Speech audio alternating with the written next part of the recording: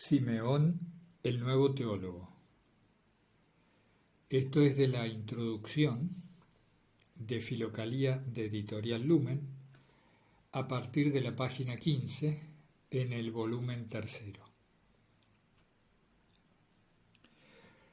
Como hemos señalado también en otra parte, los capítulos prácticos y teológicos de Simeón, el nuevo teólogo, así como la Filocalía los presenta, son escritos compuestos por varios autores. De los 152 capítulos que los forman, los primeros 118 pertenecen a Simeón el nuevo teólogo. Estos han sido elegidos de un compendio de 225 capítulos divididos en 2 centurias de capítulos prácticos y teológicos, más un grupo de 25 capítulos gnósticos y teológicos, colocados entre los 2 primeros. Como en todas las recopilaciones de este género, en las cuales los capítulos parecen casi la yuxtaposición de pensamientos que consideran y retoman de tanto en tanto aspectos de un núcleo común a todos ellos, no es fácil tampoco en esta seguir el desarrollo lineal de un diseño o el progreso de una demostración. Sin embargo, tal vez porque se trata precisamente en este caso de una selección, se puede encontrar cierta línea de desarrollo. Las consideraciones sobre la práctica no presentan en sí características novedosas. Estamos releyendo las nociones tradicionales ya adquiridas de la ascesis y de la espiritualidad orientales, aunque quisiéramos decir cristianas, pero presentadas con una profundidad, una radicalidad y un sentido de participación vivida muy particulares. Los capítulos en nuestro texto empiezan con una definición de la fe que pone el fundamento, la base de partida de un camino dirigido al término de la unión mística. Es una definición que no deja lugar para distinciones ambiguas entre fe y obras. La fe es una virtud práctica, es la no transgresión del mandamiento de no anteponer nada a Cristo, y es, por lo tanto, morir por el mandamiento y a causa de él. ¿Qué es esta muerte? Antes de ser la separación del alma y del cuerpo, es también una noción ya adquirida, como decíamos, esto es, la renuncia en sentido absoluto, que no solamente corta, sino que erradica la voluntad propia hasta el punto de que, si uno, para obedecer al Padre espiritual, debe tomarse un respiro, al haberse ya acostumbrado a no hacer nada al respecto, pueda cumplir la obediencia sin que se mezcle nada que tenga una relación cualquiera con la propia elección y la propia voluntad natural. Es la fe la que sostiene esta renuncia, una fe heroica en el valor de la entrega de sí mismo, hecha al Padre espiritual como a Cristo, y tal que se puede esperar de Él, como de Dios que lo inspira, y de su iniciativa, cualquier cosa necesaria, incluso el agua no solicitada en el momento de la sed. Es esta obediencia, precisamente, la que lleva a renegar de nuestra propia vida y a la condición de muerte para el mundo, la muerte por Cristo. El tema de la persona del Padre Espiritual y de la relación con Él ocupa toda la larga parte de estos capítulos. Es un tema caro a Simeón, que estuvo tan ligado a su maestro Simeón el Pío en su vida y en su muerte, pues sufrió por él persecución y exilio. El Padre Espiritual, guía puro y santo, lo recibimos del Señor al pedírselo con plegarias y lágrimas, y se lo pone a prueba comparando sus enseñanzas y su obrar con la Sagrada Escritura y con los escritos ascéticos de los padres. Él tendrá que haber revestido con clara percepción y a sabiendas en el hombre racional y espiritual la imagen de nuestro Señor Jesucristo, hombre celeste y Dios. No se puede contradecir a semejante maestro y guía, contemplado como lugarteniente de Dios, puesto que esto nace de la ignorancia de la realidad y del misterio del Maestro, juez y Señor, después de Dios. La contradicción es el camino contrario respecto del corte de la voluntad, de la obediencia y de la negación de sí mismo en la relación espiritual con el Padre. Y es de tal naturaleza, por lo tanto, que inmediatamente lo resuelve, puesto que el que cae en la contradicción y en la incredulidad hacia el Padre es arrastrado todavía vivo hacia la profundidad y el abismo del infierno, y se vuelve casa de Satanás y de toda su hueste impura, como desobediente e hijo de perdición. Mientras, el que se humilla hasta la muerte se hace similar al Hijo de Dios, que ha cumplido con la obediencia a su propio Padre hasta la muerte. Lo que conduce a la disposición a renunciar a uno mismo es el temor a la muerte y al castigo,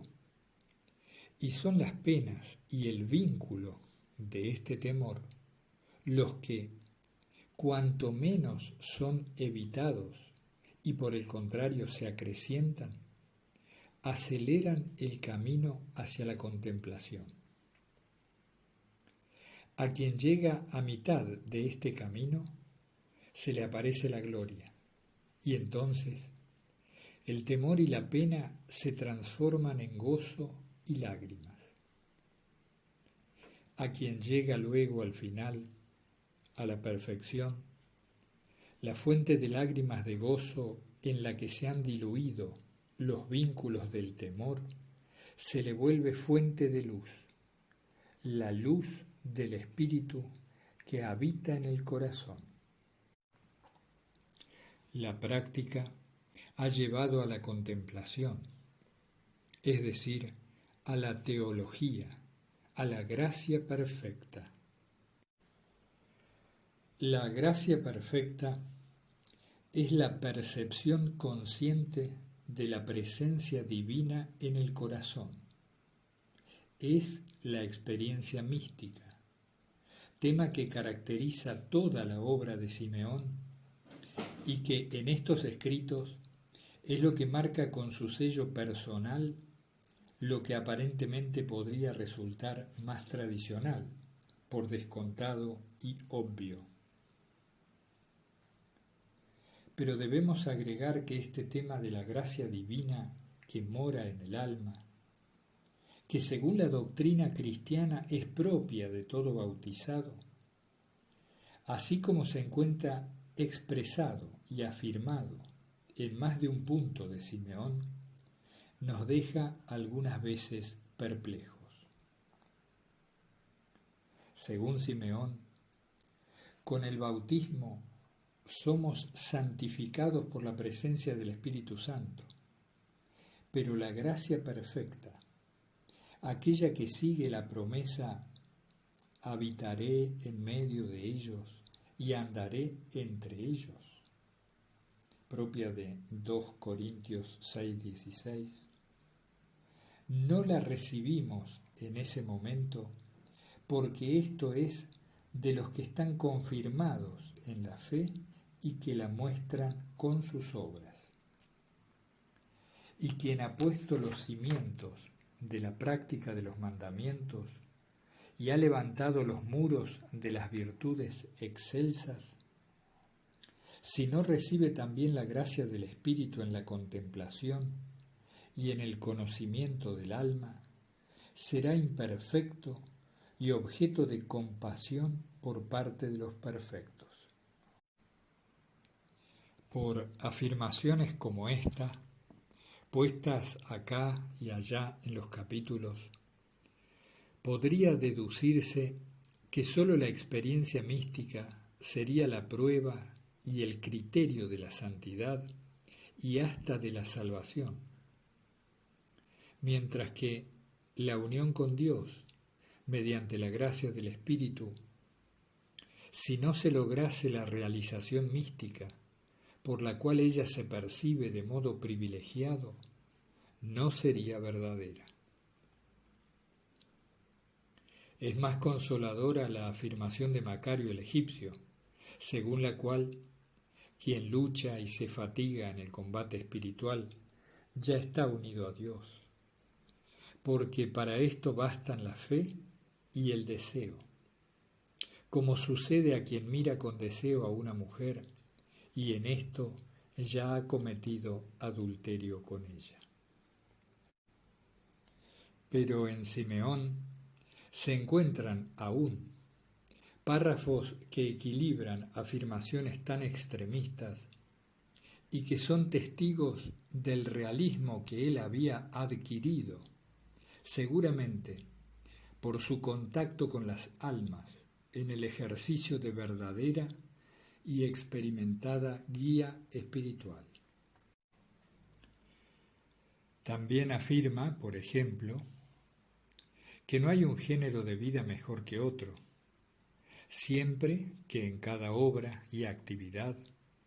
y en el cultivo de una o más virtudes, todo se haga por Dios y según Él, y que el distinto quehacer de cada uno se dirija al mismo objetivo, que es el de agradar a Cristo, recibir la reconciliación con el Padre por la comunión con el Espíritu y con ello alcanzar la salvación. En el contexto de estos capítulos, que se refieren precisamente a la función de guía espiritual ejercida por Simeón, se encuentra expresada también una exigencia de totalidad extrema en la práctica de la caridad. Esa misma actitud de radicalismo absoluto que ya hemos hecho notar cuando señalamos la renuncia de sí y que probablemente fue verdaderamente el precio del don místico particular del que Simeón fue hecho signo. El que hace caridad a cientos y deja de hacérselo a uno, es considerado por Cristo como el que no le ha dado de comer a él. Quien ha recibido la orden de amar al prójimo como a sí mismo, no la ha recibido solo por un día, sino para toda la vida. Así hay que hacer y ser para todos y siempre, sin la más mínima excepción, que anula por sí sola todo otro mérito. Solamente aquel que ha vendido todos sus bienes de una vez y los ha distribuido entre los pobres, volviéndose pobre a su vez, ha cumplido en uno todos los mandamientos particulares y se ha librado de ellos. Pero he aquí que, una vez más, en este punto, extendiendo el concepto al ámbito de la oración, Simeón nos enfrenta con dos afirmaciones que suscitan cierta duda. Dice, en efecto, que también quien reza incesantemente en esto ha encerrado todo, y ya no se encuentra en la necesidad de loar 7 veces al día al Señor, puesto que haya cumplido con toda la oración y la salmodia que se hace según la regla, en los tiempos y las horas establecidos. E igualmente, quien ha adquirido en sí mismo a sabiendas a Dios, que es quien da el conocimiento a los hombres, ha recorrido toda la Sagrada Escritura y ya no necesita leer los libros, porque tiene como interlocutor al Espíritu Santo, y él será libro inspirado por Dios para los demás. Para el problema de la relación entre oración contemplativa y salmodia, ver párrafos 33 y subsiguientes. Admitamos que estas afirmaciones deban interpretarse como expresión de una certeza subjetiva, experimentada dentro de ciertos límites, incluso temporales, y aún nos parece que podemos observar que ellas contienen las premisas peligrosas de una superación de la vida sacramental de la Iglesia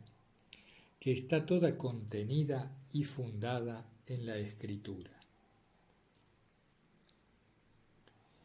Con el párrafo 118, que corresponde al último capítulo de la obra integral de Simeón, termina la parte de los capítulos que le pertenecen en esta selección hecha por la Filocalía. Los que siguen representan en su conjunto una especie de vademecum del monje y son sustancialmente una exposición de deontología comunitaria bastante particularizada y además una serie de ejemplificaciones de perfecta renuncia al mundo. El escrito termina con una cita de las palabras de Simeón, introducida para responder a la pregunta de cómo debe ser el sacerdote y de qué forma se le presentaba en cada celebración litúrgica la vista del Espíritu Santo.